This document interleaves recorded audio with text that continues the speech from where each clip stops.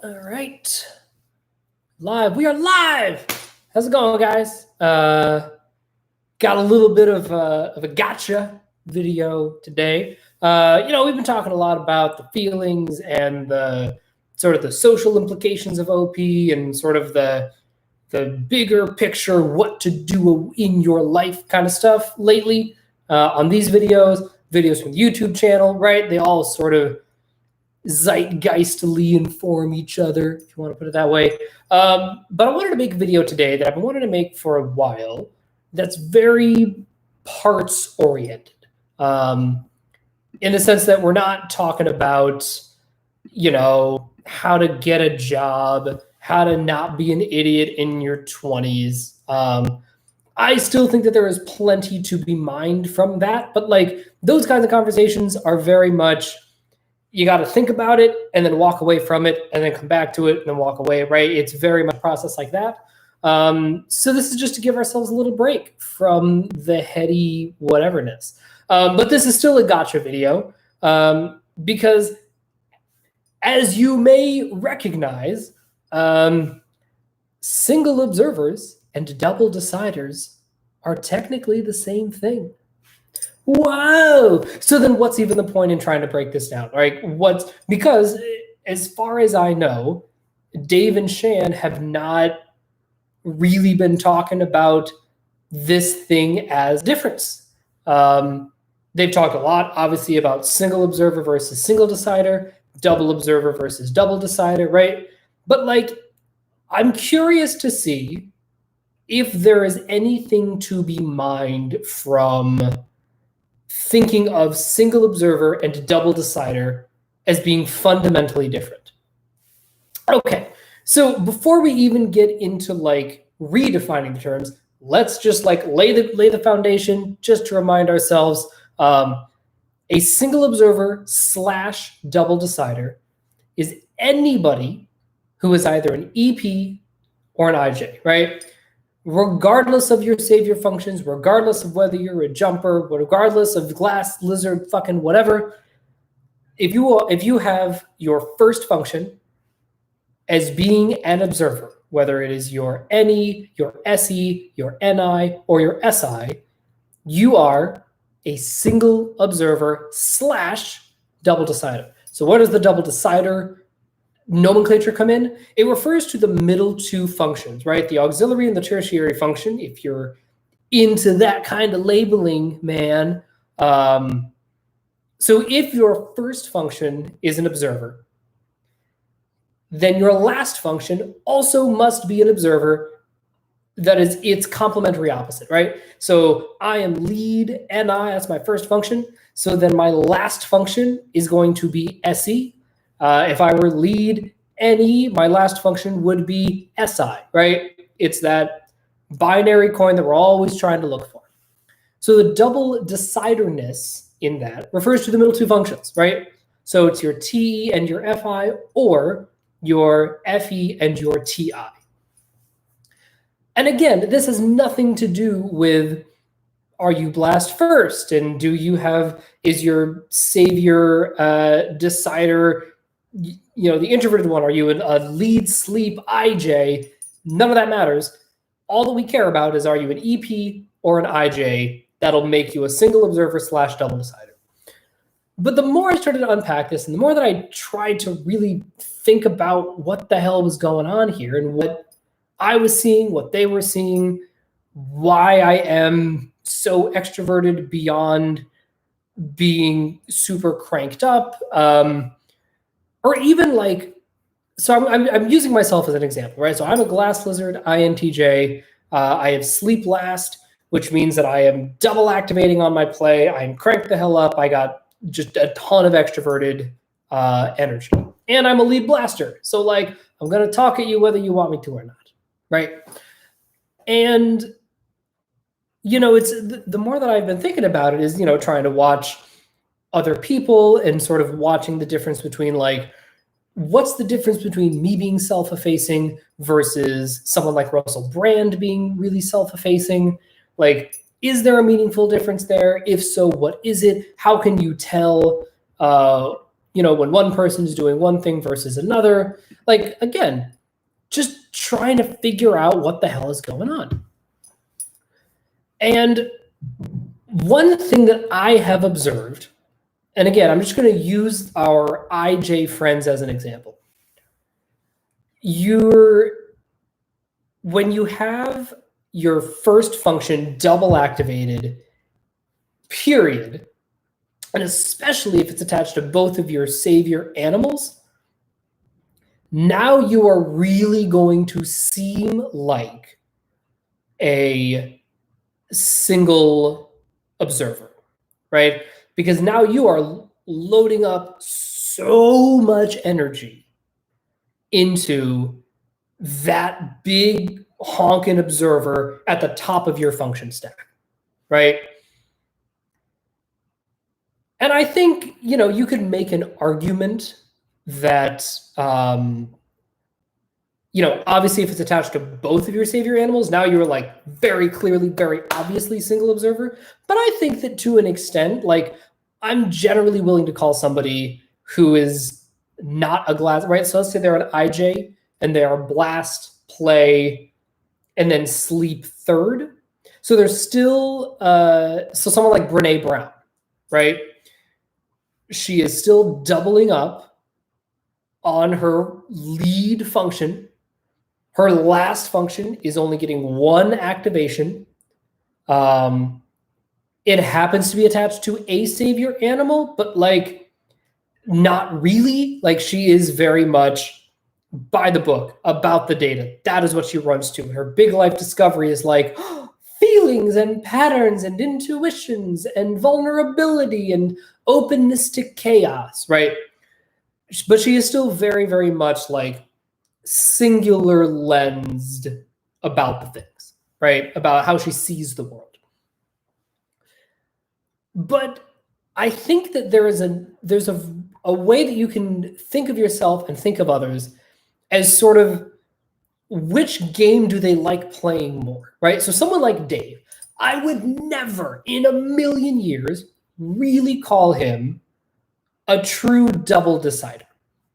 And the reason for that is that he's gotten better at it, obviously, over the years because of growth and learning and feelings and whatever. But like, for a very, very long time, he was so all in aggressively on his, lead NI that he couldn't see anything. Like, he was the definition of tunnel vision. Tai Lopez, also kind of the same way.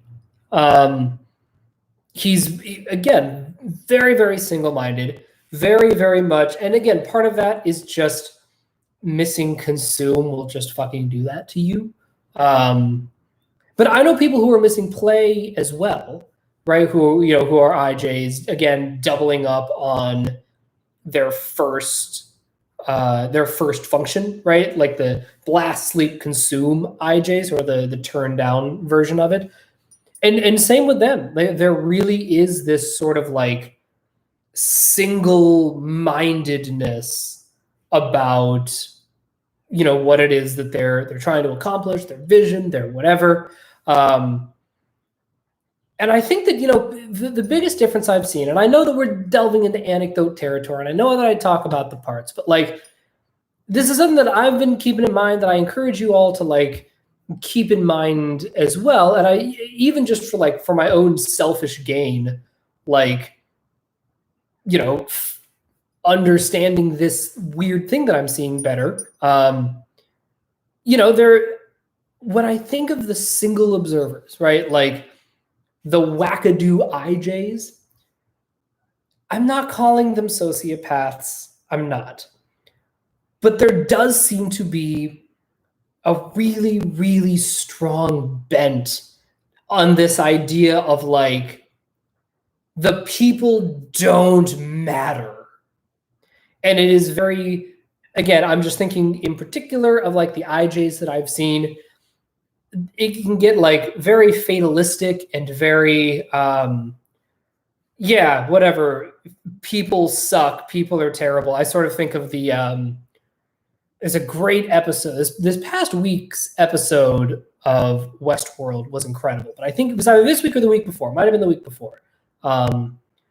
Ed Harris was talking about, like, his character was talking about, like, what do I think of humanity? I think humanity is shit. I think that everything is meaningless. I think that we are on a burning rock hurtling through space. Like, it's that kind of mentality, right? And again, we've seen this trope all around. It's not just the IJs. It can be the EPs, right? The Zach Wienersmiths of the world, the SMBC comics guy. XKCD sort of has this. Again, I don't know what these people's types are officially, but like, I'm seeing a lot of single observerness where it's like the people are so deeply insignificant that the only thing that matters is the pattern or the data or the whatever, right? So like Donald Trump is, I would consider him an example on the other side of like hardcore EP single observer, in that he does not give a fuck about people, like, at all. He is turbo all in on his consume, play, masculine SE at the top. Like, that is it. Like, that is the fucking king. And then, yeah, the people or whatever, but it's, the buildings and whatnot, right? It's about how many assets can I amount. He doesn't care about individual people. He cares about the, I want to surround myself with beautiful women and status symbols and fucking gold toilets or whatever, right? Because the people, the individuals, the humans, they can come and go. They are literally interchangeable in this empire that I am building for myself. And it's part of why, you see so much cavalierness when he's like, "You're fired." Firing someone's a really big deal. I have had to personally let go of a couple of people, and I have been part of many, many, many conversations where I was instrumental in whether or not this human would continue to have a job. And it is not an easy thing to do. Like, when you actually really sit and think about the ramifications of what you are asking, of this other person, what you're telling this other person to do, whatever, like, it's a big fucking deal.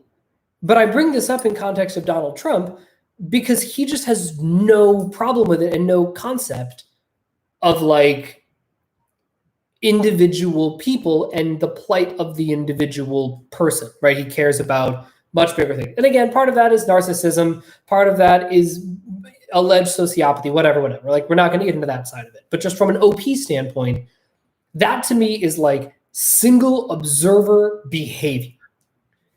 Double decider behavior feels subjectively to me different. I don't know, man. It feels like a different animal in a lot of ways. And I'm not really sure how to put it other than that. But I think I think of myself as being a solid double decider.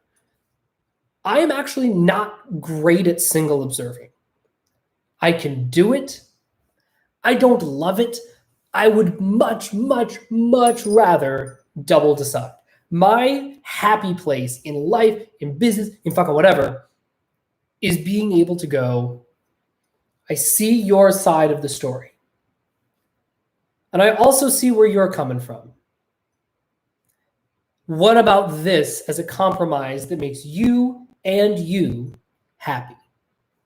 Right? That to me feels double decidery, right? Because I'm not concerned about the system, right? The system is a part of it, but I'm prioritizing the people before the system. And I think, that somebody who is more single observer-y either in thought or behavior or in whatever, would be reluctant to be so, no, I don't want to say caring, because obviously people can care about fucking anything, but their primary concern is not with the plight of the individual and making an effort. Right. How about this? They're less interested in making the effort to go back and forth between the deciders. Like, what do you think? What do you think? What do I think? Right. And like having that flexible, like the thing that works for all of us. Right. The single observer will tend to be more, I don't fucking care. So my dad, God bless my father, I love this guy. He runs his own business. We own a counseling agency. This man does not care at all about office politics. He doesn't care about drama. He doesn't care about whining. He doesn't care about fucking anything. All he cares about is the business as a whole and the concept of serving our clients, right? And helping the people that we serve, the mission statement of making the world a better place, right? That kind of stuff, right? So, I think about the way that he deals with conflict and the way that I deal with conflict, even though we are both technically, single observer / double decider. His approach is much more single observery, where it's like, oh, I get it. My responsibility is to get everybody on board with this overall vision, with the overall plan, with the overall thing that we're working with. Again, however the fuck you want to phrase it, doesn't matter. Whereas my responsibility feels more, oh my God, okay, humans having a human problem. What is your human problem, human? What is your human problem, human? How do I feel about the thing? Let's find a let's bounce back and forth between these human problems until, the kinks get worked out. Sort of like doing a foam roller over the human problems, right? Like actively working out the kinks, right? Those are two very, very, very different ways of approaching problems. I'm gonna give a shout out to my buddy Lindsey Johnson, member of the Facebook group. Just broke 10,000 subscribers on YouTube. Very exciting, Lindsey. Congratulations. When I think about our friendship and I think about both of us as being INTJs, holy fuck, are we different? And here's the thing: we're even both savior blast, savior play INTJs. And yet our approach to solving problems is just radically different. We're totally fine solving any kind of problem, and we can solve the same problem. That's the thing. It's not that, oh, I can't solve system problems, or, oh, she can't solve human problems. But it's where we feel this responsibility is wildly different. If you give us two problems, she will immediately go to think about the vision. She's like, I don't care about your personal problems. We are working together as a team towards that goal. And if you don't want to be a part of that goal, fucking bye. But we are on board with this vision, right? Whereas that just isn't my MO. Even though I am the same blast play INTJ. So look, obviously I'm throwing a lot of just, shit at the wall, see what sticks. But I do think that there is something at least worth mentally exploring, right? Because I do think that there, again, to the extent to which it's trackable, meaningful, who the fuck knows? But it's something I've been seeing in life, and it's something that I've been kind of pondering in my own personal life, in looking at the problems of others, and just sort of trying to understand the world a little better. And, there are two ways to solve these observer problem, right? If you are an observer and you let's say you can't double observe. Let's say that doing either single deciding, like an EP or an IJ, or double observing, like an EJ or an IP, That's what I meant the first time. EJs and IPs are your single decider double observers, right? They, let's say you just haven't built up those muscles at all yet, and you are either single observer or double decider. I think it's worth being aware of like what tool you run to first. I think there's something really interesting there, because I was, talking to another friend last night, and it was interesting. Like, one of the reasons that we were able to solve the problem in the way that we were was because I was coming at it from this very double decider angle. She was coming at it from a very single observer angle. So between the two of us, we were seeing the whole picture, right? There are other friends that I have who are, she is an IJ, but I would consider her a double decider IJ, like me. And we have the best fucking conversations because we just get really, really good at what does this person care about? What does this person care about? And we can really bounce around in all of that, and feel really comfortable with it, not worrying as much about the single vision, the single plan, the overarching theme all the goddamn time. Our preferred tactic is to bounce from person to person and solve the individual people problems, without getting super, super invested in it. Like, in EJ, someone like Shan, when she has a tough time, sort of like, I'm going to deal with your human problem and then move on. I'm going to deal with your human problem and then move on. She gets stuck in that human problem, right? Again, if there's anything here to be mined, I would love to hear it. This might, be a scene not worth exploring. But in the event that there is, and in the event that something here resonates with you, please let me know in the comments below. And we can get to defining the terms later. But this is something that I saw and I was like, I don't know, man. I'm seeing a real meaningful split about like which one of these do you run to first and which one do you do second, right? Whereas, so I want to if I solve the people problems, then working on the system will become easier, as opposed to if I focus all the energy on the system and make the system perfect, then the people problems will naturally work themselves out.